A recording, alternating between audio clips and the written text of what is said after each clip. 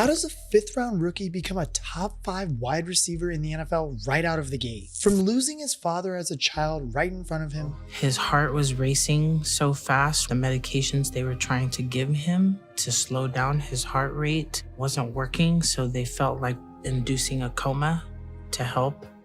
To being written off because of running one of the slowest 40s in the combine, to now taking a team that was expected to be rebuilding to right in the playoff hunt, breaking records in his first 4 games, and now emerging as a top 5 wide receiver in the NFL. This is Puka Nacua's story and his insane rise to stardom.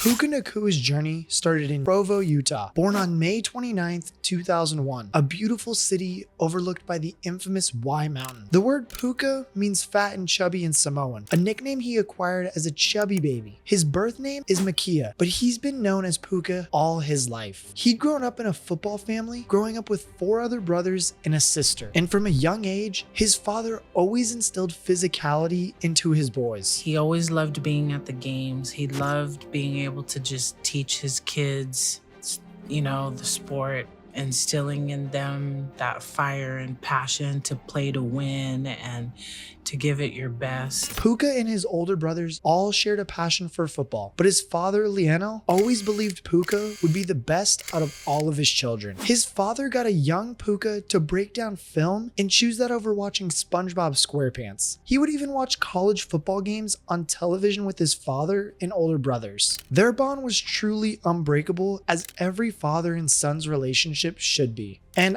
their bond was so unbreakable that Lionel would bounce between father figure and coach for the future Rams wide receiver and his brothers. And from my dad, he was my first football coach. My older brother, Samson, was the starting quarterback for our team. The family also had a huge fandom for Brigham Young football, as the father hoped his boys would become a Cougar one day. But sadly, Lionel would never get to see that day. Lionel Nacua unexpectedly died in May 2012 at the age of 45 due to complications of diabetes. As time had progressed, his diabetes just worsened. I remember him calling for my older brothers to ask him to sit up out of bed.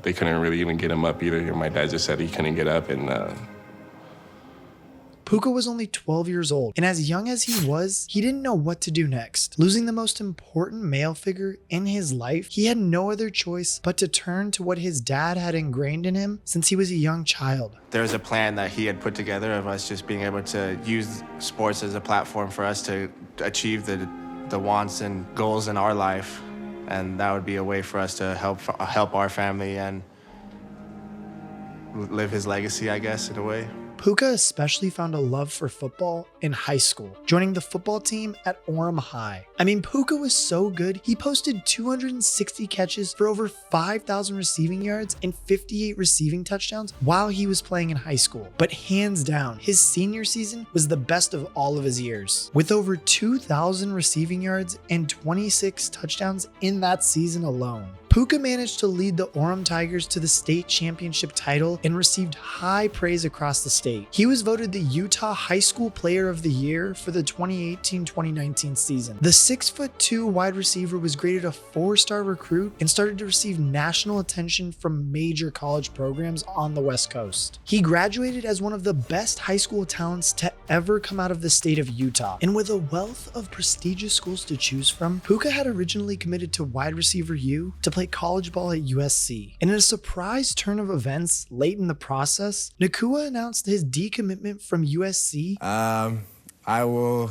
be attending the University of Washington. Gonna be a Husky. Let's go.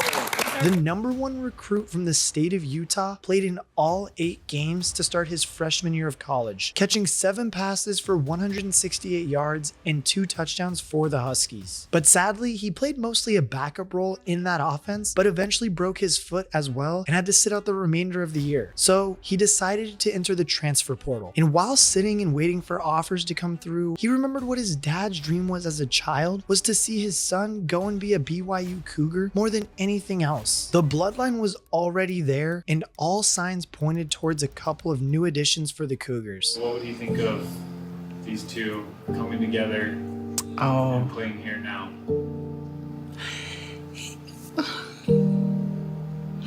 He would be so proud of them. And I'm positive that he played a little part in maybe them coming here.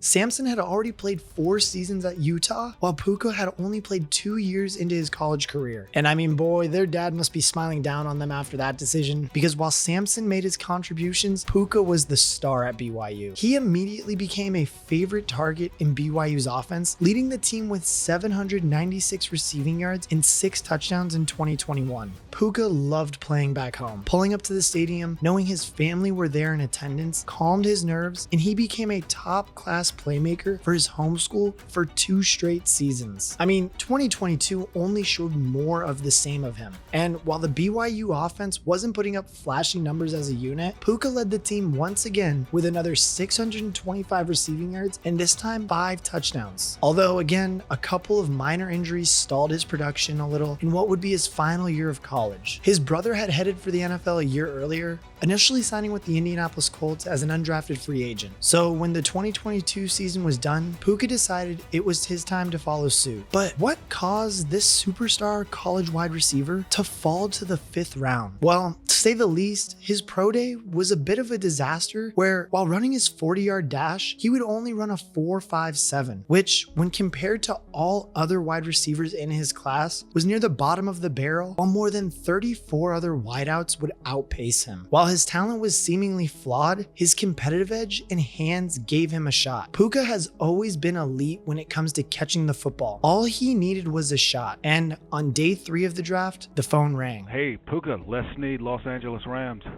What if we draft you with the 43rd pick here in the 5th round? That make your day a little better? That would make my day great.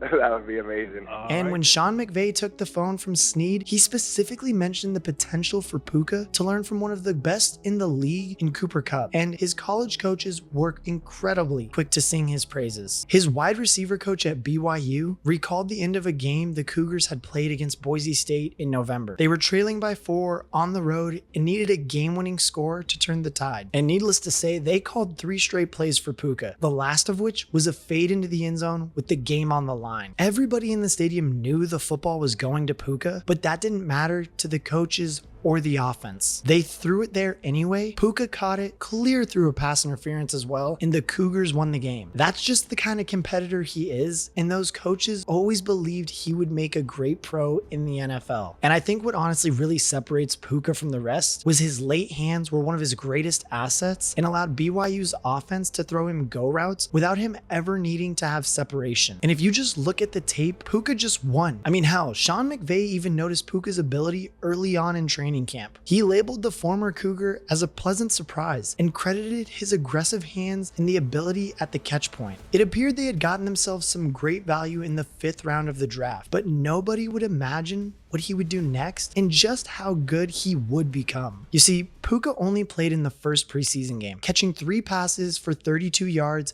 and a touchdown against the Chargers. News had broken that Cooper Kupp was going to miss some time early in the year while still dealing with a lingering hamstring issue. And without him, many questioned who was going to step up and make plays in this offense. And when the season began, Puka found himself not only well established within the 53-man roster, but a primary target for Matt Stafford in the offense. In week 1, the rest of the world was about to see the hard work of Puka Nacua pay off. But to him and Matt Stafford, it was no surprise. The Rams were playing in Seattle on the opening day of the year, and it was extremely evident who Matt Stafford trusted in Cooper Kupp's absence. The 5th round rookie was the star of the show. He was targeted 14 times, and despite a couple of drops, Stafford just kept going back to him. He caught 10 passes in his NFL debut, resulting in 110 receiving yards in a surprisingly dominant win over the Seahawks. Suddenly, everyone wanted to know who this kid was that just lit up Seattle's defense on the road. And the following week, he did it again. Puka surpassed his debut performance. Nacua caught 15 balls on 19 targets, reaching 147 receiving yards in his home debut at SoFi Stadium. His 25 catches marked a new NFL record for the most receptions by a rookie in the first 2 games of their pro career. And not only that,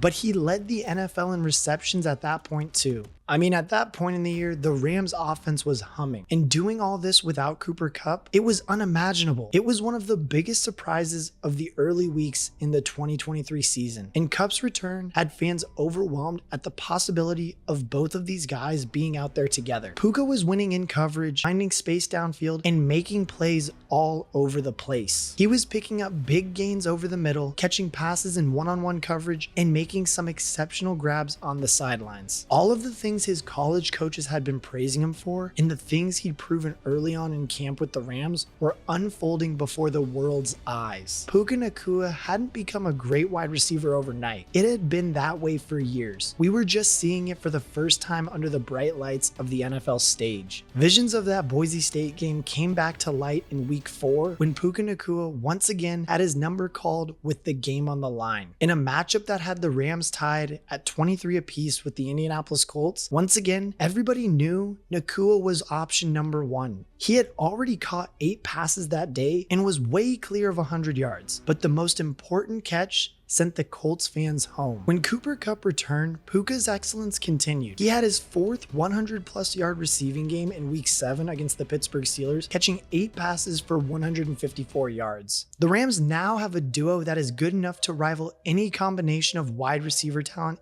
in the NFL. Cooper Kupp, a Triple Crown winner and an All-Pro wide receiver who sits alone in the 2,000-yard club, now has an elite-level teammate to play alongside of him. I mean, the future looks bright for Puka Nacua, whose dedication to his craft is paying off for him in a major way. He deserves every moment of success he's experiencing, and he's only getting started, as we may be witnessing the future Offensive Rookie of the Year award winner ball out.